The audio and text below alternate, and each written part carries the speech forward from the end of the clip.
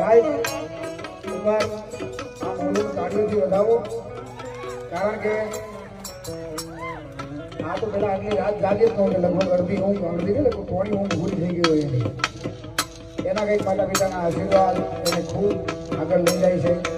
એકવાર હજુ એકવાર તાળીઓથી વધાવો, કારણ કે એની આંગળી તો જુઓ તમે. આમ